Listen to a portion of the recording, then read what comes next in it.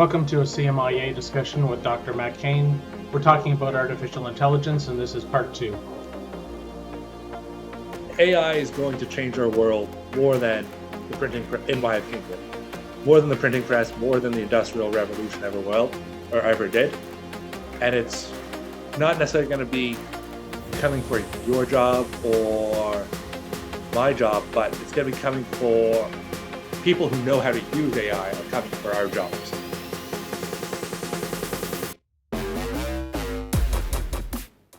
Oh, so moving on to the AI question. So your company does work in the artificial intelligence area, and the reason I wanted to talk about this tonight is, AI is amazing.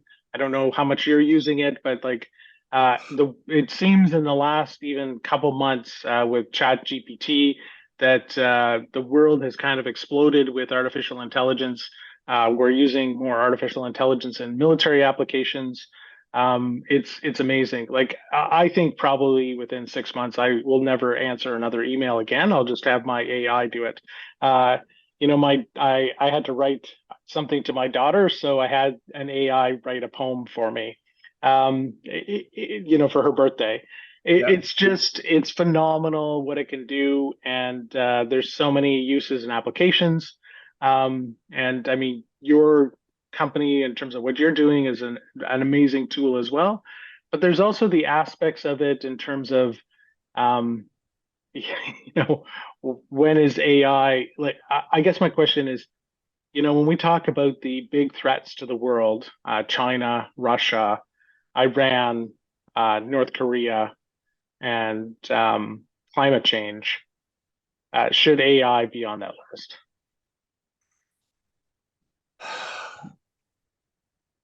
So I'm going to say yes with a preface. Okay.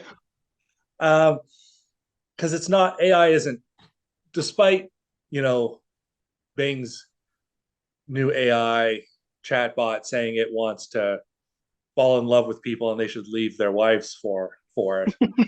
Okay. Yeah. It's not sentient. So it's how people use the AI. And that's where the ethics of AI comes into play in such a large way. And I view AI almost like the printing press, where we're now getting, we built a machine that can expedite a process 1,000-fold. Right. But an example of this is I had a book, or I had a Chat GPT write me a book. I had to go section by section, but it wrote me a book on what I had it write me 3 books actually. One on OSINT, one on intelligence analytical techniques, and one on source handler techniques. Mm-hmm. And to me, it was very scary how good Chat GPT was on those 3 subjects. And that puts that.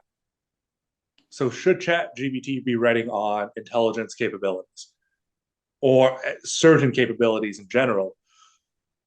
Because it is. And if I can get it to do that, anyone can get it to do that now.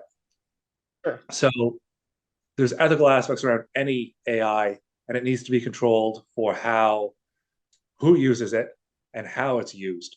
And that's something that we're talking internally about at our company right now extensively for our deception detection measure. And we are having deep conversations. I had one just before this call that lasted about an hour, just over an hour, on how to sell this so it doesn't fall into the wrong hands, because we don't want it falling into the hands of those bad actors or certain companies that are going to use it essentially for evil.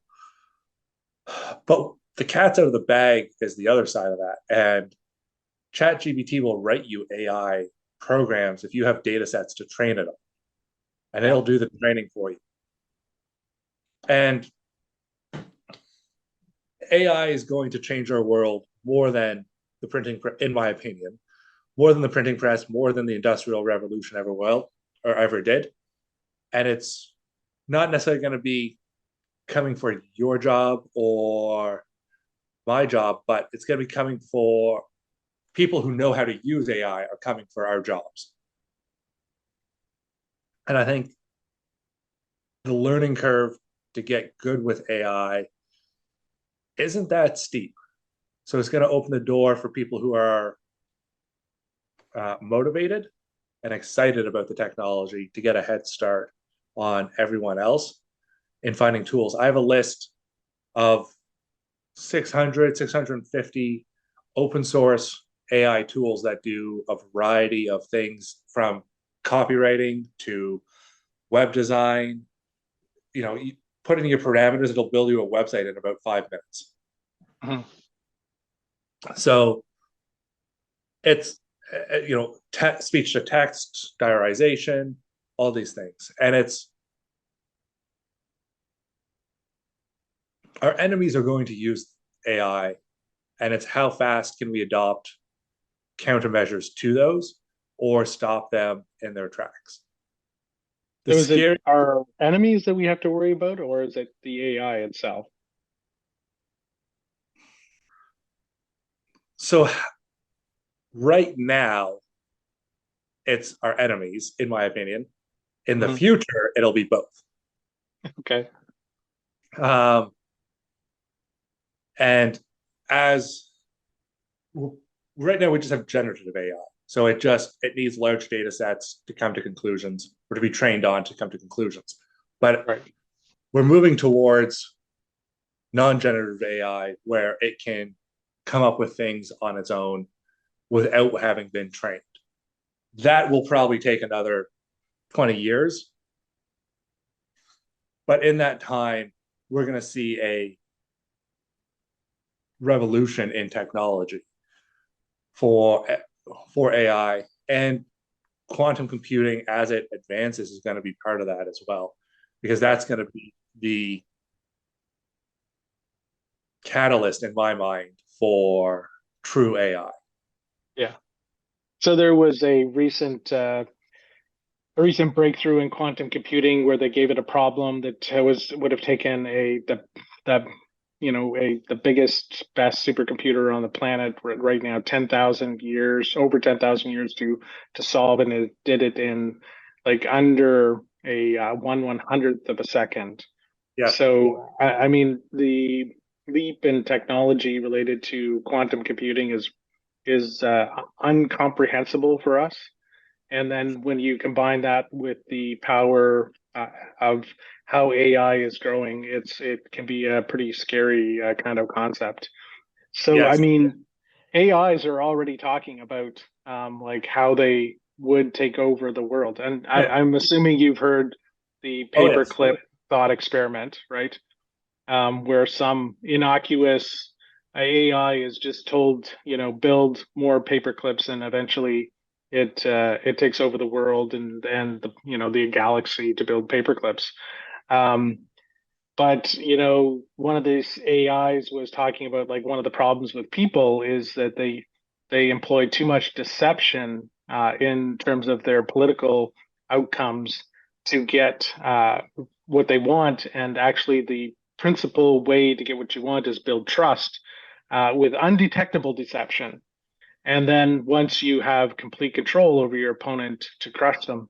And I was like, oh my God, the AI has already figured that out, and it's only 2023. Um, when when you add quantum computing onto that, and the fact that almost everything, including most of our weapon systems, have controllers on them, it's not going to be hard for the AIs to do what they want with them. I completely agree. And I hope that we have the next 20 years in order to facilitate this change and learn. But I've also seen how fast AI has progressed from, write me a Batman script. I've shown you 1,000 hours of Batman movies, and the key line from that is half bat, half man, all orphan. Uh, to now you can get a Batman script written for you that's however long you want. That is quite good. It could be a TV show or a movie or a comic book. Yeah. And that's only in the last 8, 9 years. So the advances in AI, and I remember her playing with some rudimentary AIs back in 2010, and how they've advanced in the last decade, just over a decade, is astronomical. Yeah. And we need to be cognizant, aware, and prepared that we are in a technological revolution right now Mhm. with AI and quantum computing. And my personal opinion on that is that the vast majority of people, 98% plus, aren't ready for that. Right. And that scares the living daylights out of me. Yeah. I look at a friend who's a professor at a university in the States, and he wants to use AI for a variety of his teaching, for his learning, to help the students. He wants to design a whole course on AI in business because he's in the business school. Mhm. And he's getting extreme pushback from the university saying that this isn't necessary and this isn't relevant to the curriculum, Mm. which I think represents a lot of society and their view on how AI is going to and is impacting us right now. So, yeah, AI is a threat, but right now it's a threat that we can manage. It's not necessarily the paperclip threat yet. No, not yet. Not for sure. But when we talk about all the, like obviously China and Russia, are have nuclear capabilities and could end the planet, if they deemed it necessary for their own reasons. And Iran and North Korea aspire to that, but don't have those capabilities yet. Um, and climate change is an ongoing process. But at some point, AI will join those threats in terms of its capability to cause that kind of mass damage. But in terms of like the likelihood out of all of those, the four or the four big ones plus climate change, perhaps AI is the most likely to actually do something like that. I oh AI, it's going to go one of two ways, in my opinion. It's going to go that way or another renaissance, Yeah. and I don't know where it's going to go. I don't know Well, which way. I know one thing for sure. I don't know what the future is going to be, but Yes, I think that AI, what it is today compared to what it's going to be 2 years from now, we don't have a clue. we don't have. I completely agree. Yeah, yeah. And So just to close off on the AI discussion, at the end of this podcast, I will have an AI summarize the text, like the entire discussion between the two of us. It will summarize all that, and I'll post it. It takes about a minute and a half for it to go through the entire video and then summarize it with the key ideas. The fact that it can, go through that much video in that short a time and summarize all the key ideas out of that is a phenomenal capability, isn't it? And then on top of that, I just want to like in terms of my own use of AI, I had I have built a series of lectures on targeting. So the AI came up with the content and material, it produced the slides. The actors that are actually speaking all the parts related to the text are some of them look like me and sound like me, but they are not me. yep. And there's other actors on there as well. But its ability to do that kind of build that kind of material in a short amount of time is absolutely phenomenal. It's not perfect. Like No, no, otherwise, I for would sure. have posted it already. It's going to take me some time to fix some of the mistakes that the AI made, but it's like like an 85% solution. And that's what I was going to say. It's not. I was going to use the 85% number as well because that's what I found with the books I had ChatGPT write for me. With Yeah. the AI we've developed, our accuracy ranges from 84.62% to just under 93%, depending on Wow. the instances. And that's so it's not perfect. There's still an error rate, from let's say 7.5% to what was it, 15%, let's say. Yeah. So it's still fairly large, but like you said, so our AI specifically does deception detection. It takes about 1.5 seconds per minute of video to analyze it, write the text, and create the report. Right. And then for me as a human to do that, that minute of video analysis takes me about 45 minutes. Right. So you can sacrifice a little bit of accuracy for the speed. You can have something done in minutes versus weeks. Right. That's incredible, isn't it? Yeah. So, Matt, I'd like to move on to the last question, Yeah. before we hit the hard three questions. Um, so, I want to talk about OSINT training. So, your company offers OSINT training. I think there's a couple other actors out there that offer OSINT training, like SANS. They have an OSINT course. Their courses are about $8,400 for 6 days of OSINT training. Um, and they seem pretty good. Like I mean, I think they're a good company. So could you talk about like your courses, what you offer, how long they are, how much they cost, and then are you aware of like other actors out there that also offer OSINT training? So yes, let me start off with other actors that offer OSINT training. And I'll comment on SANS a little bit. I think they're Okay, price prohibitive for a lot of things. they are expensive. Yeah, yeah, They're yes, expensive. And yeah, pros and cons. I don't yeah. like it, but I think they're too expensive, in my personal opinion. Mhm. Toddington International is another company out on here on the left coast that does OSINT training. Okay, And Toddington he's been doing this for 25 years, I'll say. Mhm. Really knowledgeable guy. Uh, And are couple those all in-person courses or virtual and Really, in-person? he has not yet transitioned back to in-person courses. He's only doing virtual courses. Okay, And yeah, his main trainer, great guy. Really like him, have a lot of time for him. Um, Norm Wilhelm, ex branch member, great guy.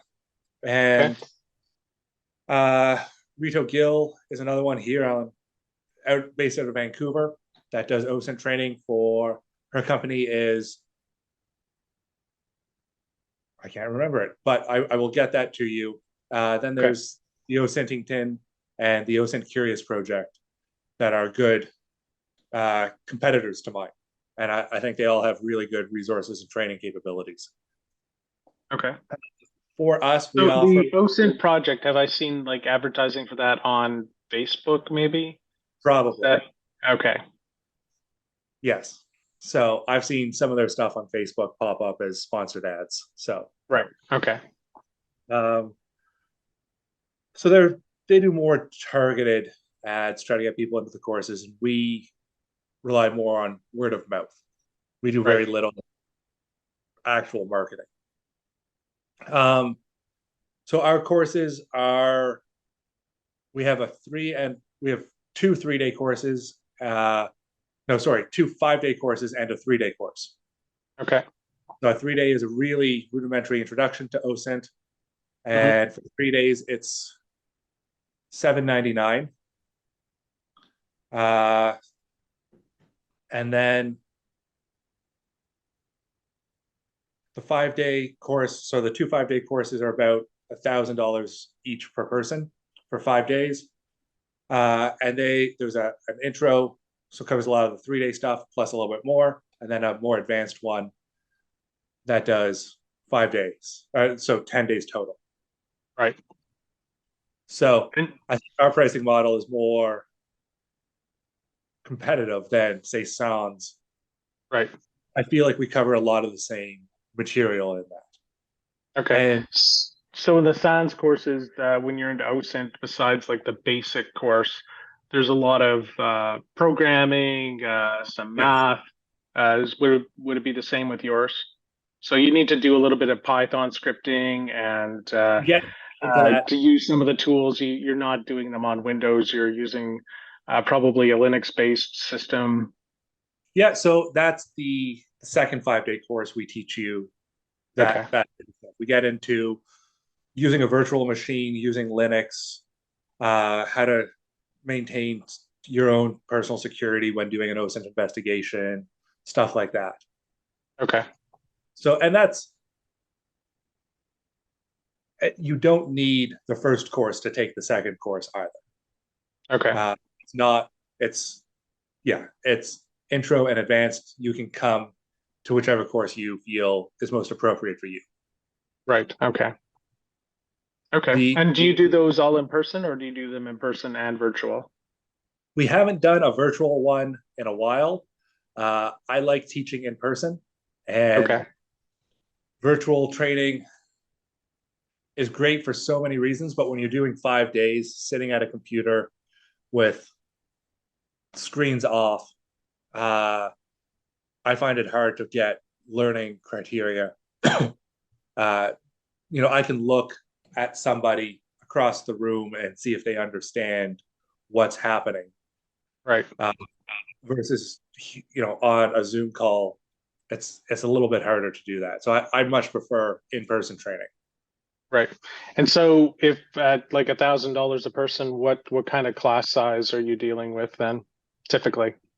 So we max out our class sizes at 20, and we 20. have, yeah, so that's our max, and we do at least two trainers per course. Okay. So we try to get 3 in, so it's a 1 to about 7 ratio. But our worst case is we have 2 people there for 20 people, so 1 to 10 Okay. ratio. Okay. All right. And do you ever do classes as small as 10 with one instructor? Oh yes, Okay. yes. So we do as small as 5 for the Oh, private okay. sector. Oh, okay. Okay. Interesting.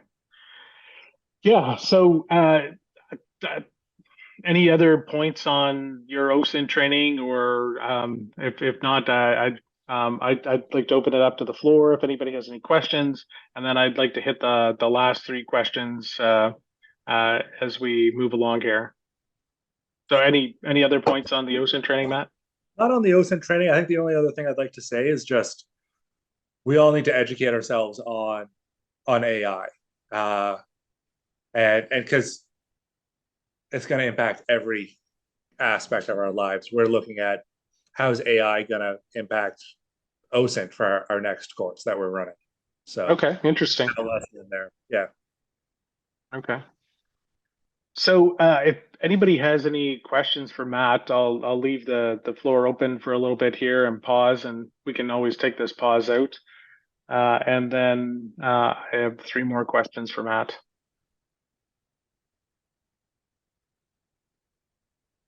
So, and don't like if you have a question, just unmute and ask. I think that's probably the best way to go.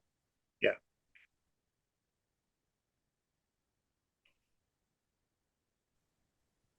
Hey Matt, I got a question regarding AI, if you don't Sure. mind.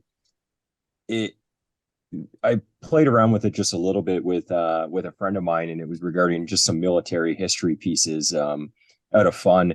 And what it spat out was something pretty much part and parcel of like a Wikipedia exercise, or what was very limited to what was digitally available.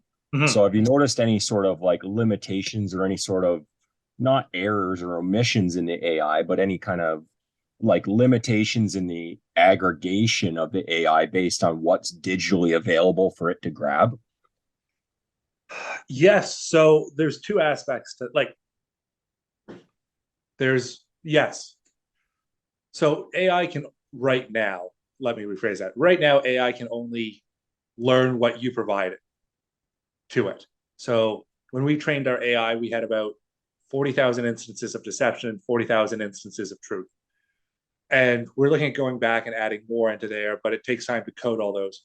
So what, like, say, ChatGPT did was it just scraped the internet. It grabbed everything it could and aggregated that and trained it on that. So a lot of the more in-depth stuff, books, textbooks aren't going to be available to it. Or let me rephrase that, aren't legally available to it, though it sometimes grabs up illegal copies and uses them. So the biggest problem right now is training data for AI. And the saying in the industry is garbage in, garbage out. You provide it with bad inputs, it's going to give you bad outputs. So that's the largest issue. And right now, AI isn't going out looking for data on its own for the most part. Some things like ChatGPT, from my understanding, will scrape the internet as much as possible to do that. But somebody programmed it to scrape the internet. So it's all about what or how the humans tell it to learn. And that's going to cause errors and omissions and problems with the outputs. So Dusty, I guess I have an example of that one. I asked ChatGPT to do a comparative analysis between the philosophies of Nietzsche and Plato. And when it did that, because the way Plato writes, he typically writes as Socrates as one of his students, when of course, in fact, it was the inverse, and he was a student of Socrates. And so in the introduction and in the second paragraph, ChatGPT got it 100% wrong because it actually read Plato's books, and that's not the way it actually is at all. So, there's a great example. If you were a student and you handed that into your professor, you should get a big F. So you need to be careful about like how you use ChatGPT, and sometimes it makes errors because exactly like you said, and what Matt said, it's scraping the internet, but sometimes giving you the Wikipedia version of something. In this case, it obviously scraped those books as well, and those books are written in a Socratic dialogue where he uses fictional characters, and ChatGPT just was not aware of that. So it's interesting times in the world of AI still, but I think 2 years from now, this is going to be completely different. Oh, yeah. Completely different. Yes, and we've seen. I got into AI almost 2 years ago for the process of developing our own, and like when we started, transformers as a programming method for AI was not a thing yet. So, and they're the most advanced way to program an AI is a thing called transformers. So we're like through our process, we've had to adapt to new technologies coming out, and that's only in the last 2 years. And ChatGPT has opened people's eyes to the realm of AI, I think. Right. It is very cool.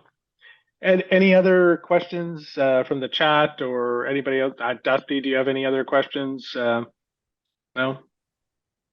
I guess it's just my concern on that point is that, if you ask it whatever pre-invasion of Ukraine, what's going on, it might tell you, oh, this is a special military operation based on misinformation and scraping the internet, right? So, yep, right. Exactly. If we end up on the reliance of AI as our source, we might end up not with how do you see through that, right? So right.